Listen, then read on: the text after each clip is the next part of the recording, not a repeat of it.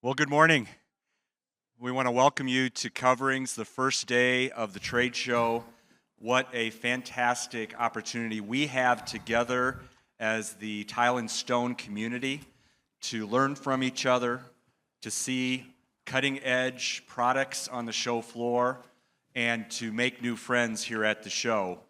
It's indeed my pleasure. We do this event annually every year. It's called the State of the Union, where we kind of have an opportunity to talk about what are the current projects that the industry is underway. My name is Jim Hieb, and I'm the CEO for the Natural Stone Institute. We are the leading trade association for the natural stone industry with members in over 50 countries. So we are very much an international association, and I do encourage you to stop down and see us on the show floor. We are in Hall C. With me, I have the pleasure of having a number of the board of directors from the Natural Stone Institute.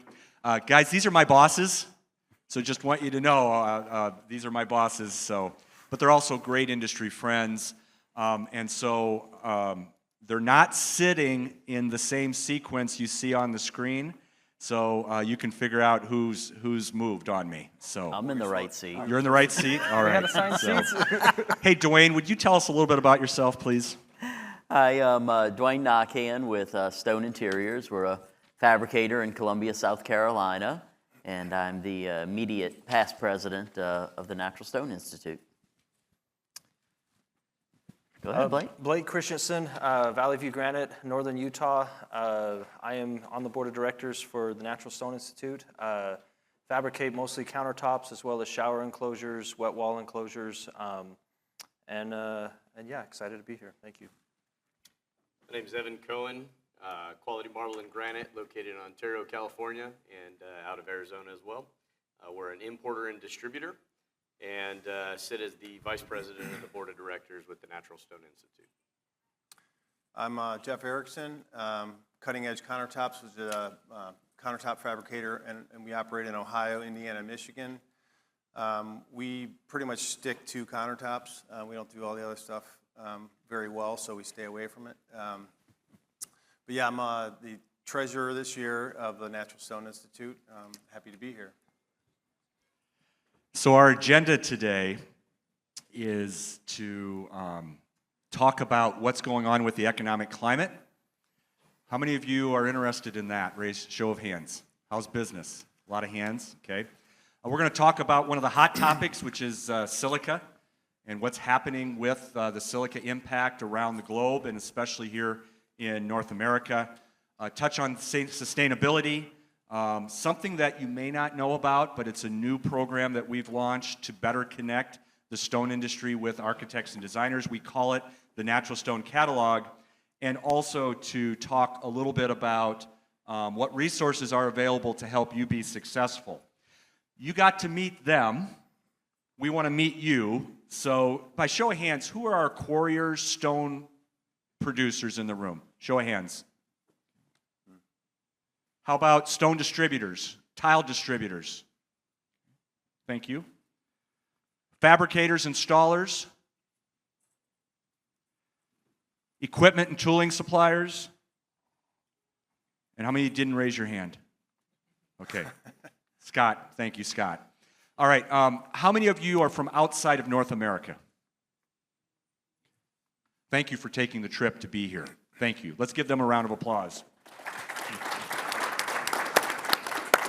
So as you look at the agenda, we have the flexibility to talk about a number of things. Are there any other topics you're hoping that we will address before we leave the room today? Shout it out or raise your hand. All right, let's get into the economy. Hey, Blake. So Blake's a countertop fabricator, but Blake, you do a lot of training all over the country.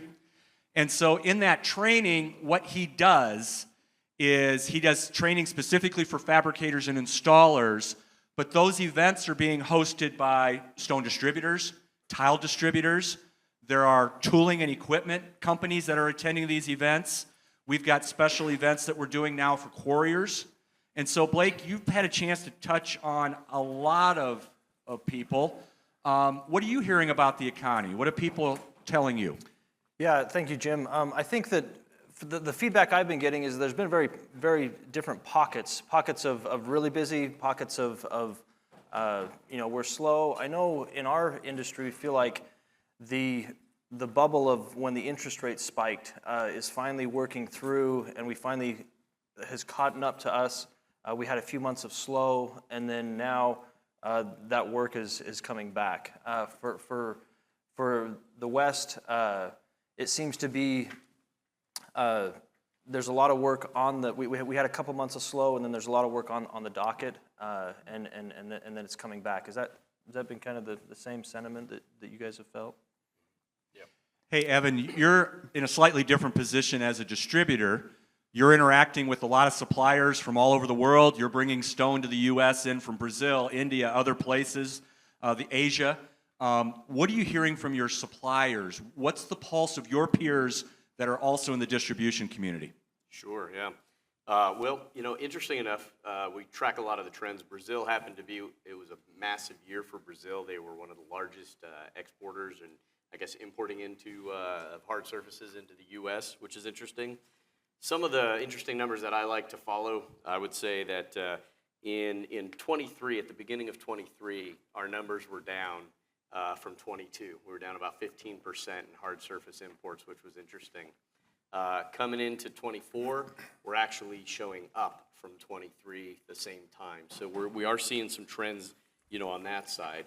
Interesting enough, natural stone remained at the top in terms of the largest amount of hard surface products imported. And what's interesting is we've been talking to a lot of people that, where we do work, and they've been very busy. They've been exporting a lot, so they've been seeing a lot of that come through. However, they went kind of through a slow time towards the end of the year last year, and they're seeing it ramp back up, which is, I would say, giving me some optimism and positivity as to where things are going. Jeff, we want to get some feedback from the audience and allow them to ask economic questions, what they're seeing in their markets, but what perspectives do you have to share? Because, again, while Jeff, everyone knows this, Jeff is a countertop fabricator, but Jeff, you talk to some of the largest companies across North America. Mm-hmm. What are you hearing? What are your perspectives? Well, I think Blake hit it right. There's pockets, and you look around the country, we're in the Midwest, and we don't have a lot of beta. We don't have a lot of movement. We're not down a whole lot, but yet we don't also go up a lot. I will say this year, for us, this is just me sharing our experience, our first quarter of incoming sales are about the same as they were last year. However, December's incoming and January's incoming were really, really bad, which created a bad invoicing first 2 months of the year. So it's been a rough start for us. As Blake said, ours turned around, so March is better. There's signals to say that it's going to sort of stay that way, a little more robust, or at least kind of stay in a way that you're comfortable with.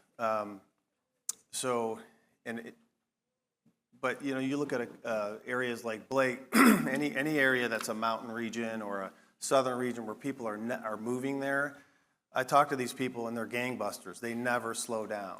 So you got to be careful who you compare with. I think we're a good barometer because we don't have that, and so it kind of really genuinely reflects what the market's kind of doing. Show of hands in the audience. Business is flat with last year. Show of hands. Down from last year. Soft. Up from last year. Okay. Perspectives from the audience of what you're seeing. But let me ask you guys first. Obviously, you've got your own data, your own company data that you rely on, but you also talk to a lot of peers in the industry. But are there other indicators? Where are your sources of staying on top of what's going on with the financial climate? Is that a question for Duane or me? Anyone. Oh. Well, I mean, we talk to people all over the country because we're part of peer groups, so it's interesting to hear what different people have to say. I've heard people that maybe they work for, they do a lot of production builder work. So they might have, 10 customers, and they do a lot of homes for those customers. Well, some of those people are significantly down, like 50%. I talked to a guy on the phone just before this trip, and they're in the high-end market. Where they are, I think they're in North Carolina, and they do the very high-end, and he is also gangbusters. Like their high-end work seems to be staying intact. So like maybe the meat and potato stuff is just kind of flat, whereas people with a lot of money that are building these fantastic homes, they don't really care. They want what they want, and they want it when they want it. I do one comment on the flat side. We're flat off the highest years we've ever had. True. So let's not knock flat too much either. Good point. How about from the audience? Any perspectives to share, what you're seeing or questions you have for these guys? It was interesting to see how the hands went up. Yeah. Well, I saw a lot of up. A lot of up. Yeah. Okay. I'm curious where those people are from. What do you attribute it to? Shout it out. So I'm up in New England, up in New Hampshire, He's up in New England, up in New Hampshire. and our lack of problem is the installers. We don't have them. So I'm turning down 3-4 jobs a week just because there's nobody to do it. Other comments? Right there, Jim. Yeah, I'm a rep, so I visit with a lot of high-end architecture and designers. I work here in Atlanta and in Miami as well, even though I live in Virginia. And since the start of the year, I would just agree with the gangbusters on luxury. Every designer that I've talked to just got completely bombarded with the idea of high-end projects in January. All the meetings that I've had, there's just luxury, luxury, luxury. So a couple of my customers in the DC market who are builder specific have been significantly down since 2022. That's all I have to share. Any other comments or perspectives you'd like to share? Yep. So let's talk about, for the audience, everyone say hi to Martin. Hey, in the room, how many of you are doing predominantly residential work? How about commercial work? How about a blend of commercial and residential? Okay. All right.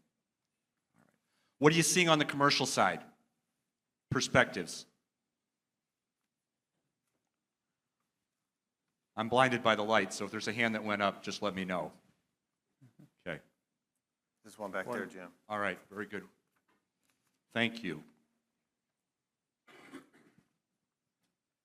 We're in Texas, and we're seeing not so much commercial work currently, but the bidding for the commercial work is starting to come in very much. So, like every day we're getting 3, 4, 5 requests for bids, as in last year there was hardly any bid request or anything coming through. So it seems like the industry is starting to pick up. I think that, everybody's kind of decided, well, this is what it is for right now, so we're either going to build it or we're not. And I think that's going to help us in the long run because the projects are starting to be released and start, construction. Great indication. Any other areas of the country seeing the same thing? More bids? Right up here. More requests for bids? Yes, sir. I'm Chris. I'm from Cincinnati. We're mainly commercial. There's a lot of things coming from us, from hospitals. There's a lot of hospital renovations going on. There's a lot of multifamily properties being put up, being built. Currently, I do have to throw a shout out to my Cincinnati Bengals. They have currently been involved with Paycor, has now taken over our stadium, so there's a giant renovation going on down there. Bidding is going, it's through the roof. It's looking good. I'm going to move away because if you know, the Natural Stone Institute's office is in Cleveland area. So we're gonna go. Any other comments? Those of you that are doing commercial work, just feedback to share for your peers here in the room. Thank you. More of a question. During slow phases for you guys that are in the business, what is the first part of production that takes cut back? So the question is, when things get a little bit tight, there's a little bit of a slowdown, how do you react as a business owner? What part of your production activities as a business do you start to shave down a little bit? Are you a fabricator? Countertops? Okay. Yeah. I equate our fabrication businesses to, we are all connected with a 4-foot rope. None of us can run any faster than the next guy.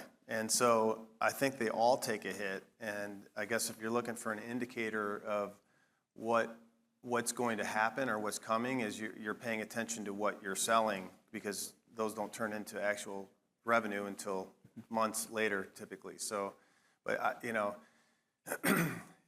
we're all affected. If there's less volume, there's less people to talk to, less people to sell to, less things to cut, less things to install, and fewer things to measure. So, yeah, that would be my answer. Similar to what Jeff's saying, but it kind of depends a little bit too on how you're currently staffed. If you're feeling that you're heavily staffed, I would tend to say letting go of the less skilled people first, because obviously the intention is that when things come back strong again, or when things pick up, those are the harder people to find again. So, getting rid of your less skilled personnel, the last ones in, but keeping those higher skilled individuals that are harder to come by when it picks back up. Or it's also time to do cross-training.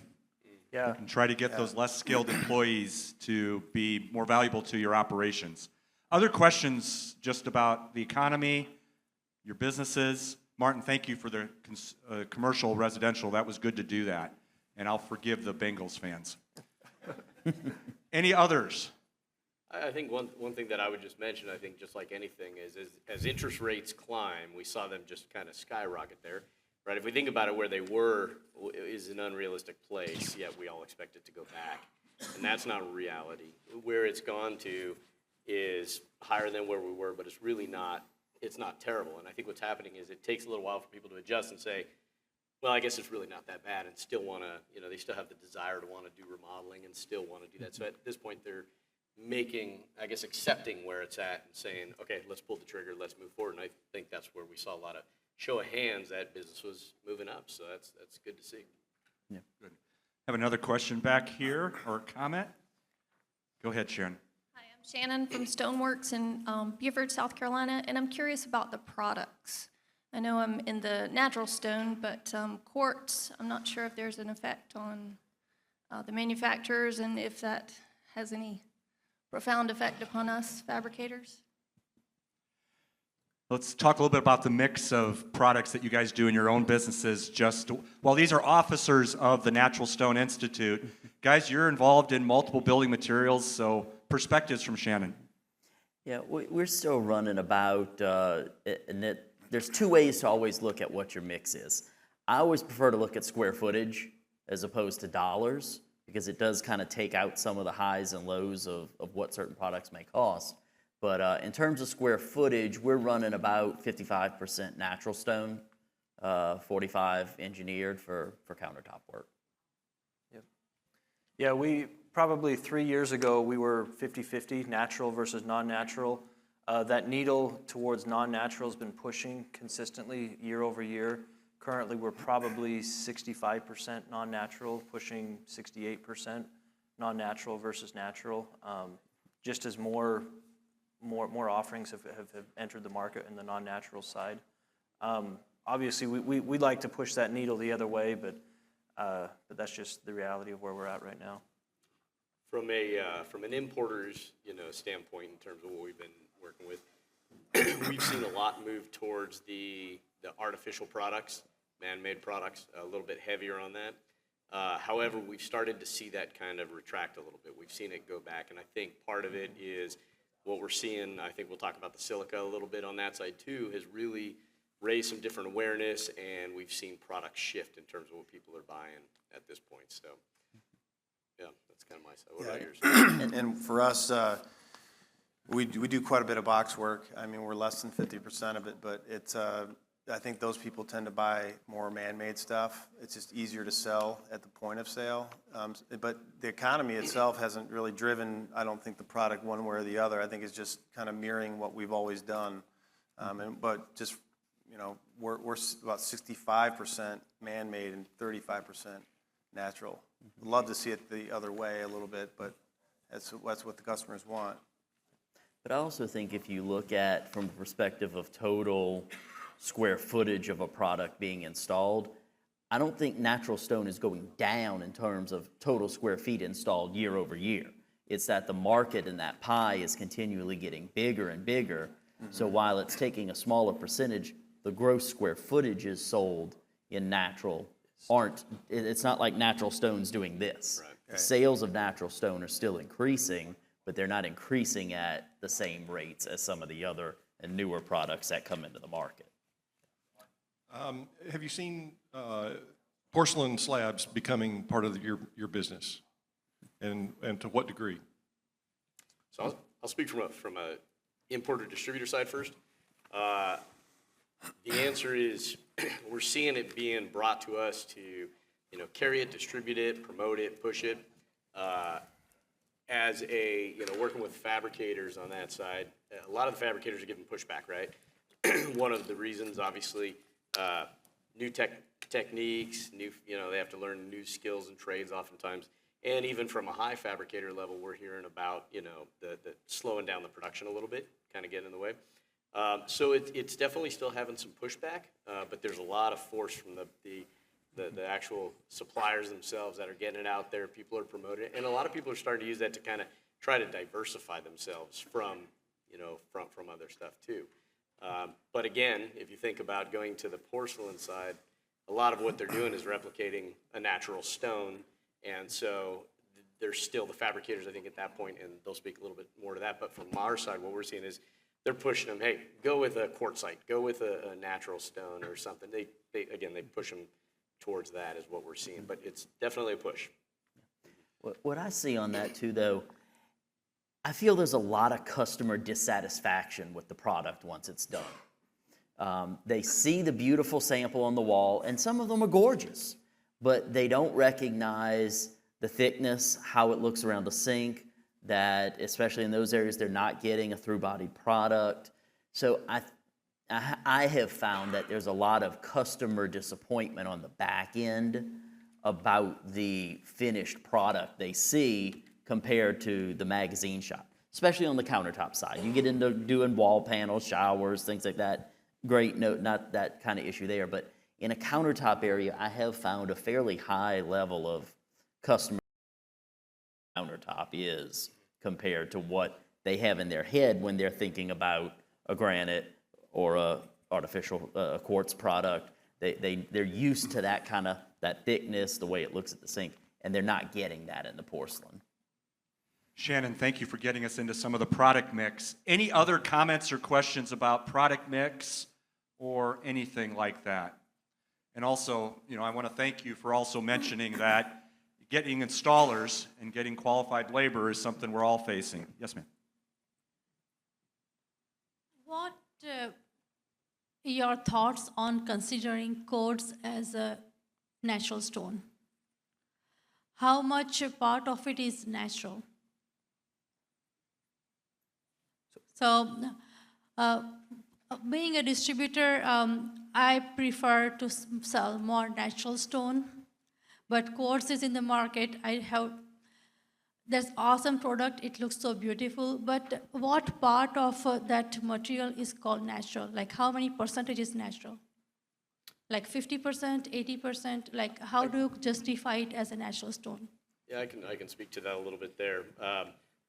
Obviously, it has natural elements in there, but it's still a man-made, you know, held together with resins and other minerals or compounds that do that as well.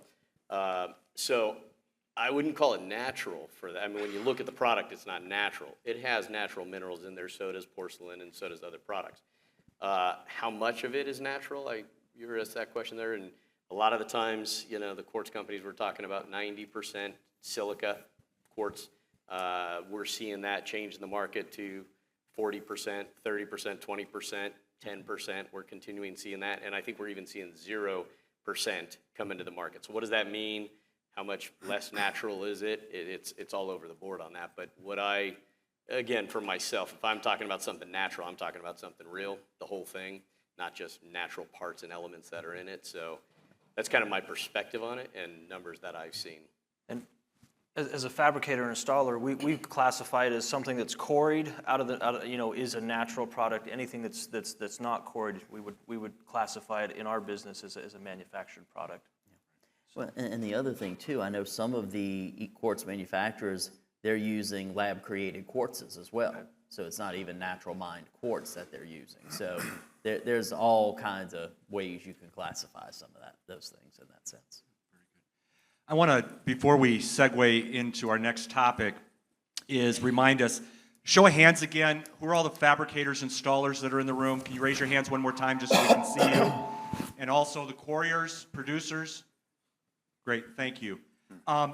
This is not intended to be a hour-long presentation about silica, but how many of you obviously are very concerned about what's going on with silicosis and paying attention to Australia, the United States?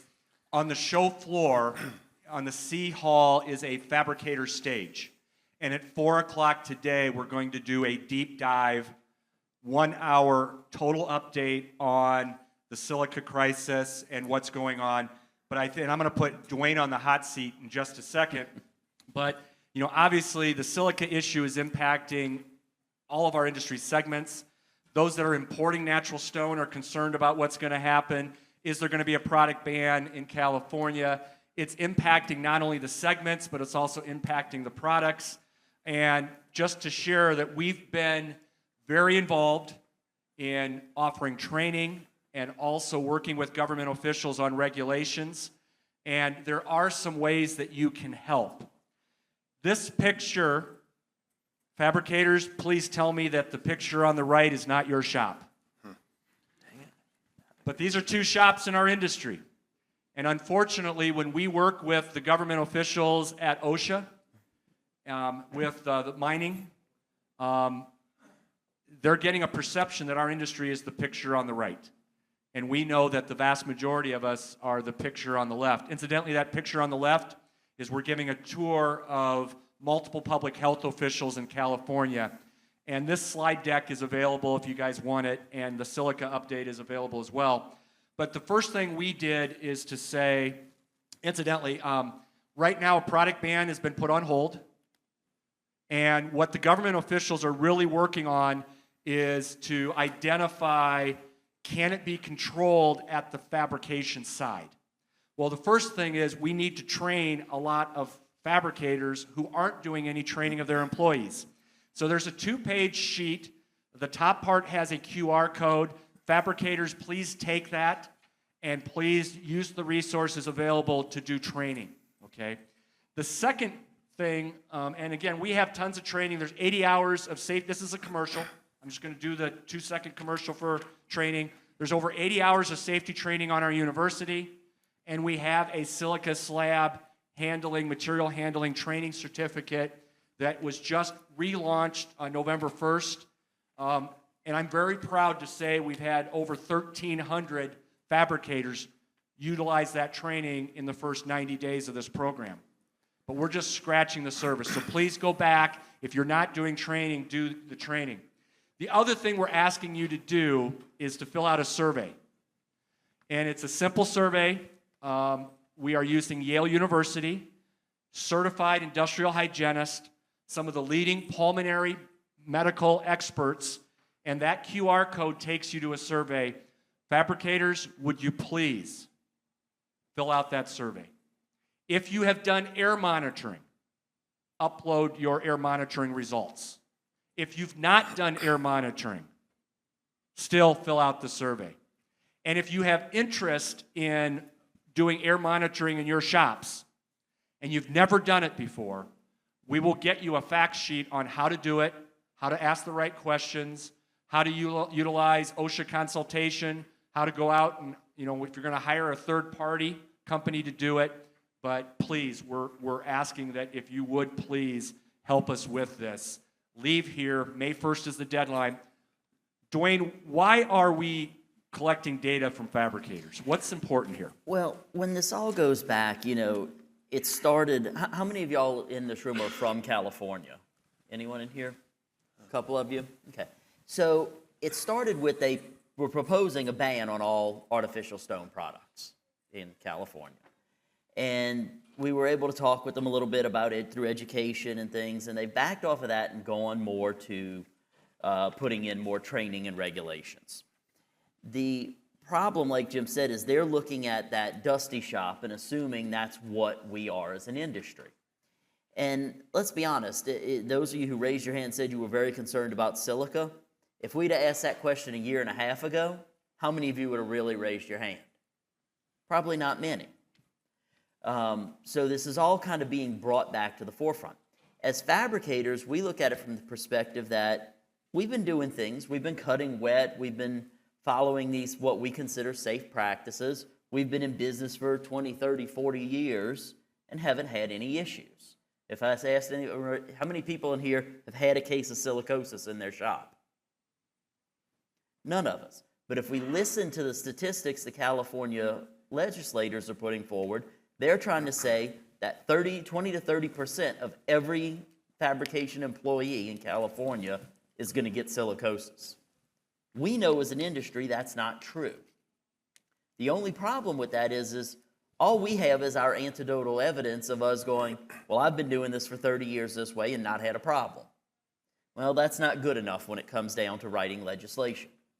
So what we're doing with Yale University, beyond the initial step of the survey here and a review of the current literature out there, is working through collecting this data and coming up with the actual scientific evidence to support what is in the materials, what are the proper safety precautions, and what is the real likelihood of someone getting silicosis. That way we can sit down with doctors, industrial hygienists on our side to give real scientific data and knowledge to the legislators about what's going on. Because whatever happens in California is in some format going to start continuing across the country. Whatever federal OSHA takes up for the states that don't have their own, and each individual state for those who have their own OSHA departments. So this isn't something that's gonna settle in California and go away. It's going to be something as an industry we're dealing with for the next 5 to 10 years probably. And we're trying to make sure that as the Institute we have the data and the knowledge that we need to make sure that any regulation or licensing are done smart, efficiently, and are not overreactions to some bad data. And I want to be very careful as we're talking about asking you, oh, by the way, when you submit your survey data, everything's confidential. Your company name will not be shared with anyone without written permission that we would get from you. So please have the confidence that this is confidential. We launched this survey 2 weeks ago. We're nearing 200 companies. And so we've got some great data, but we need more. So thank you for your help. But I don't want you to think that this is just about less regulations, lowering the cost on the fabricators. This is a serious issue. There are now over 130 confirmed cases of silicosis in California. And a product ban is not off the table. We have to, as an industry, answer that question through science. Can it be fabricated safely? And the commitment and the question that's come to us is, what happens if we find something? And maybe the product doesn't need to be banned, but when, Martin, you're fabricating that product, extra fabrication processes and extra PPEs need to be put in place when you're fabricating this. And I also want you to notice that it says the Natural Stone Institute and the International Surface Fabricators Association have partnered with Yale University. That is so important because how many of you know the tobacco industry hid science from consumers for a long time? We've made a commitment because Yale is an academic institution and we've partnered with another association that represents fabricators, and ISFA, natural stone, porcelain, ceramic tile, quartz surfaces, engineered stone. Martin, I don't want anyone ever saying the Natural Stone Institute was going after an alternative material. This is all about employee safety. So, questions you guys have about silica, and again, fabricators, I want to invite you on the show floor. You can stay down on the show floor in the fabricator stage. Blake, you're going to be there emceeing most of the sessions today. Come down and learn more. But what questions do you guys have now about silica? But just like we did 18 years ago, how many were in the industry when there was the concern that you're going to get cancer from granite because it has radon in it? $1.2 million was spent on scientific research to prove that that was a marketing gluck. I don't know that we're going to spend $1.2 million, but we're spending money to defend the industry and do the right thing with keeping our employees safe. Questions you guys have for my board about the work we're doing on silica, or comments you want to make? You're not a Bengals fan, are you? All right, thank you. How's it going, gentlemen? As far as the silicosis is concerned, are we anticipating that even with the scare, we're hoping and expecting the natural stone part to kind of increase in overall products versus the quartz products? Can you repeat that, Jim? Yeah, so the question was, obviously all the attention right now, all the headlines are about artificial materials. Do we anticipate this in influencing the demand for natural stone? I don't see it influencing the demand right now. And while all the headlines are saying quartz and artificial surfaces, all of the legislation and regulations are being written to include natural stones. The California standard, I believe, is any natural stone with more than 10%, and any artificial product with more than 0.01% silica. So it's basically an all-encompassing standard, even though the headlines have been about engineered. And this is something the science will get into. The cases are real. I mean, there's definitely been a surge in it. The question is what's really causing that? Is it improper work practices like we see in that picture? Is it additional higher silica contents in certain materials? Is it other chemicals and minerals and things put in with them that are causing aggravating effects in that? We all have our own personal theories, but I don't think any of us in this room have PhDs. So the idea is to really have the PhDs and the scientists dig into that, come up with the proper testing, and give us those answers so we know how to properly protect our people. I'd like to speak to that as well, because I'm seeing on another side, some people are acting a little irrational on this. They're just making decisions and saying, we're no longer going to work with quartz. We're trying to cut the quartz line. I've heard that a number of times, actually. We're going to natural stone. I also heard in Australia, they said, no more artificial stone, so porcelain's the new thing in Australia. Again, a non-scientific fact that they're making, that they're promoting out there. And so people are making decisions based off of what they're hearing, and I am seeing that happen. And I think that might also be a reason why we are seeing stone increases on the import side, too. People are making those decisions to shift, on that, too. Another reason for that on our side in California, there's a lot of lawsuits going around. And if you've seen that, there's a lot of lawsuits. Everybody's being sued no matter what if you have sold artificial stone. And so they're saying, well, we just don't want to be involved in this anymore, so we're cutting it. So we've seen that happen as well in California. Yeah, maybe a quick comment to kind of both those points is, as I travel around, and talk with different fabricators, I don't know that a lot of fabricators understand the urgency, especially the ones that are not in this room.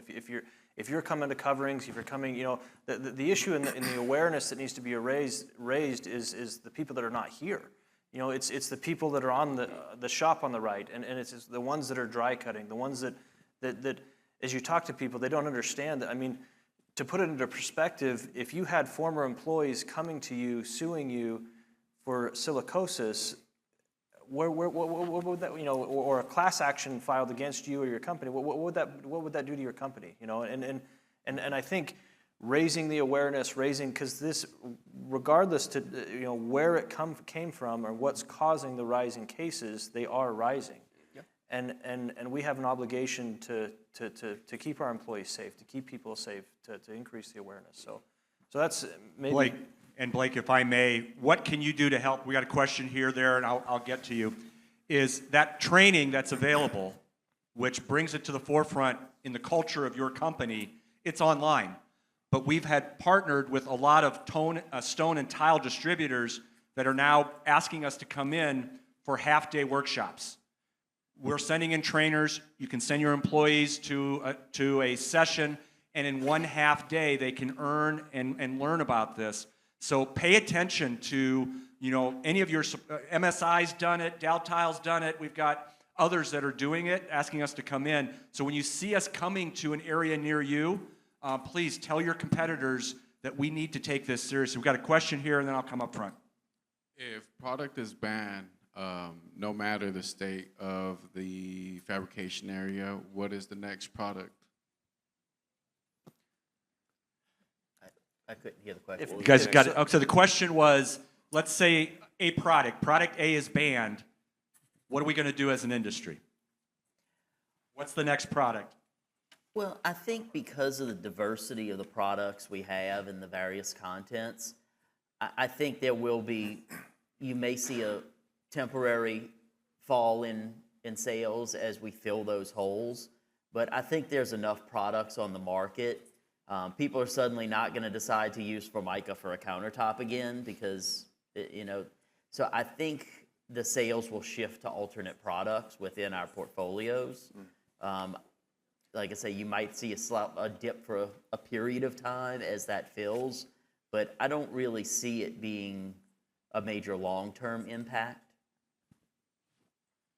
Just remember, there's a lot of building products that have silica, and we need to control the dust. We need to stop dry practices and move to wet. But, a lot of fabricators have this false sense, Jeff, of security that I cut wet and I'm okay. Jeff, what do you say to fabricators that say that? I hear that all the time. There's a lot of fabricators that raise their hand that they were fabricators. And I would ask you this, how was it getting employees over the last few years? Pretty good? Pretty easy? No? How would it be if we had to strap respirators or negative pressure suits on these guys? How easy would it be to get employees then? What impact would that have on our industry? So, I think most of us kind of have a sense that this can be done safely without having all these things around us. And I would say that that's one of the things that we're trying to attack, is that there's not unnecessary regulation, put on all of us. All right, a couple more questions. As a fabricator, when we're putting processes in place that that are safe, we're protecting employees as much as we can, and then at times we're hiring people with decades of experience, and we don't know how they did things in the past. Yep. And so, is there anything that we can do as fabricators to try to limit our liability, or just protect ourselves, for what may come in the future? Absolutely. Well, one of the things, and this is tied up in some of the California legislation too, is when you hire someone, doing a chest x-ray. That way you have a baseline point to show what their lung function and status was at the time they were hired. So part of some of these things actually includes, in California, I think they're proposing getting a lung x-ray every year on every one of your employees as part of a medical surveillance program.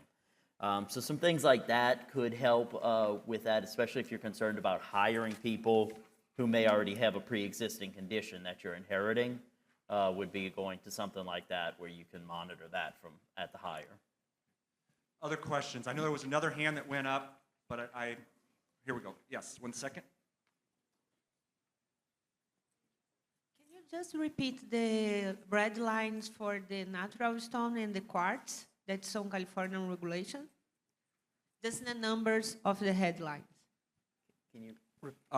So I think what you're asking is the guidelines for fabricators is that if they're cutting a natural stone that has more than 10% respirable crystalline silica by weight, these extra guidelines for fabrication processes impact them.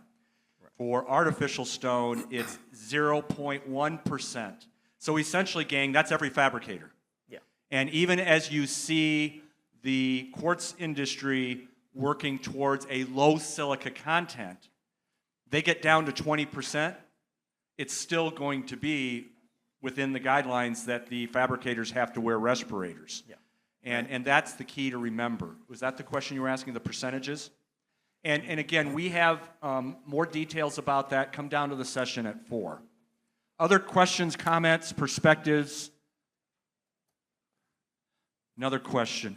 So that survey, who we're asking to help us with that is any countertop fabricator, any cut-to-size fabricator that's doing commercial work, and then any natural stone quarrier in North America. That's who we need help from right now. May 1st is the deadline. Question? Is it going to increase overhead cost for fabricator? And what do you expect? How many percentage it might increase? So the question was, all this additional regulation, what's it costing fabricators? It depends where you started. You know, for those of us that have been monitoring for years and have safety programs in place and whatnot, unless they add something more, probably not much. But if you're a company that has nothing, it's going to probably raise your cost. You know, I would, you made a comment over here about protecting them the best you can. I think what we're trying to do is take the subjectivity out of it. I think if you're not monitoring, then you're not there yet. You don't really know where you are until you start monitoring. And when I say monitoring, you want to monitor different areas of your shop and even at install and really any area you see fit. In our particular shop, we found areas that were perfect, and we found some areas that were actually over the limits. So we had to do some engineering controls to make that better. So, and then you have to keep doing that. So if an OSHA person comes in, you have this information. You can just show them what you're doing, and you have the objective information to fight it. Without it, good luck. Yeah, and I think to reiterate what Jeff said, don't fall into that trap of, oh, we're okay, we cut wet. You know, constantly monitoring, constantly, you know, looking at the chest x-rays, looking at everything, you know, scrubbing floors, whatever it is, to make sure that you are in compliance and make sure that you're protecting yourself from inheriting, you know. Yeah, we actually had to buy a floor scrubber because we have a fairly large warehouse, and there's no water in there. It just, the dust settles over time on that warehouse floor, and when the forklift would go down it, it would kick the dust up and raise the levels. So we had to get a floor scrubber. And I want to echo what Blake said. The concern is not the people that are in this room. You know, we can all do better, but the concern is those that are not paying attention at all. Any other questions about the silica? We have one more question in the back. And I have up on the screen, so we don't forget to say it, who likes to have a drink at the end of the day? Come join us tomorrow for a party. How about now? No time. Excuse me. We've used state OSHA to come in once a year to monitor the silica levels in our shop. But is there any?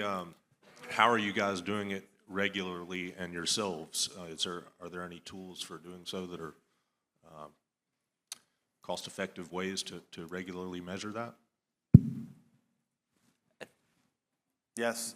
Yeah. And Jeff, if I may, I asked the question, how many of you are aware that you can invite OSHA in at no cost to you to do the monitoring for you, inspect your shop? Okay. We're seeing more and more fabricators that were against doing that 5 years ago are now embracing that. Please, we encourage you to embrace it. But are you guys having OSHA out every year, or are you using a third party? What are you doing? We use the Ohio BWC to come in. We have for many years, so we have a baseline of our testing. But I would say you can also hire a hygienist to come in and do it. You can also do the monitoring yourself, but I think that's probably beyond most. But we don't want to do that either because we want a objective other party doing it, not us. We also are working on real-time monitoring, which they have some of those devices are out there in the market now. I think Jerry Vanderbass has one of those, and you can put it in different areas, and it'll real-time tell you what the levels are in different areas of your shop. And I would check with your workers' comp provider. A lot of times they will, we do both OSHA and workers' comp, and then both those we monitor through both those Yeah, channels. I would add too, like, you better have your safety program in place if you're going to invite OSHA in, or if you're expecting them to come in unannounced, which they are doing that. I know our safety guy has said that there's a bulletin that came out that said they are requiring a certain number of visits to fabricators. So somebody's going to get hit. We just don't know who it is and when it is. But I would advise people to get their safety program in place too, which you might want to tell them about the safety stuff on NSI. Yeah. And that emphasis program is, you're right, they're targeting our industry. Yep. And they're coming out. So there's no time better than now is to utilize all the resources that are available. naturalstoneinstitute.org/silica. If you don't know about the existing standards, the standards are there, you can download them. If you do not have a business plan for safety for your company, there are templates there. If you're looking for training materials, there are materials there. So lots of resources that are available on that website. We have another question. Is this affecting the distributor warehouse as much as a fabricator? I didn't So understand. is it impacting the distribution chain as well? Oh, I don't know. There's not any, I mean, other than the lawyers coming to you for distributing it, for trying to claim that you're providing a bad product out there. Other than that, there's no issues. As long as we're not cutting anything, we don't create any dust or anything to be concerned about. However, there's a piece of legislation on the Assembly of California, the state legislature right now, which would introduce fabricator licensure. Fabricators to purchase slab material in 2026 will have to be a licensed fabricator, which means they have done training, have proven that they're using all wet practices, no dry practices, and essentially they're going to choke off the fabricators that are doing it poorly, where you can't buy slab material. When I say slab material, that's porcelain, that's engineered stone, that's natural stone. And so whether that model will go across the country or not, but that's what's being worked on and considered in California right now. Other questions? Allison. Based on your comment that you just said, Jim, like that feels like an elimination of the race to the bottom, which we have in a lot of markets. Does anybody want to comment on that? Well, whether it's the race to the bottom concept, but when we look at this as to how do we solve the dust issues and the fabrication issues, we can talk about all these rules and stuff. The problem is the companies where the problems aren't following the rules as they are today. So the more regulations you pass, it's just more regulations they're going to ignore. With the licensing scenario and having to have that license to buy the stone, it does have the secondary effect of eliminating those people or forcing them to step up into compliance with the way they should be doing things. Any other questions? So we are running out of time. I want to remind everyone that we'll be on the show floor at 4 o'clock. A couple other things that we had intended to present to you. Evan, would it be okay if I just show these slides? Yep, absolutely. So there is a sustainability standard for natural stone. And that, if you are a quarrier, if you are a producer of stone material, it's an accreditation. It's a certification program. We strongly encourage you to look at that program. We've published a lot of articles that differentiate natural stone from other products. Encourage you to learn more about that. We've done embodied carbon studies, environmental product declarations. That's all available. The other thing that we're working on, we're really proud of, is if you are looking to source natural stone, we've built a catalog. And it's in the early stages, but this is a tremendous resource of testing data, how this stone was used, proper uses of this stone. So I want to encourage you, just stop by our booth to learn more about those programs. And again, want to thank our panel. Come to the party tomorrow. You might be asking, where is B303? All right, you are in B208 right now. You're going to go out the door and turn right. Okay, and you will find it, and we encourage you. Any parting comments, guys? Any other words of advice you guys want to share? Thanks for coming out and being interested in what's going on in the industry. That's what we need, is more people who are willing to take their heads out of the sand and what they're doing every day and look around and see that they're part of something bigger. And thank you for that. And if you're not a member of any trade association, the tile industry, the natural stone industry, the surfaces industry, get involved. There are a lot of great trade associations that are supporting this show. Come down and see us on their booth. Join me in thanking our panel.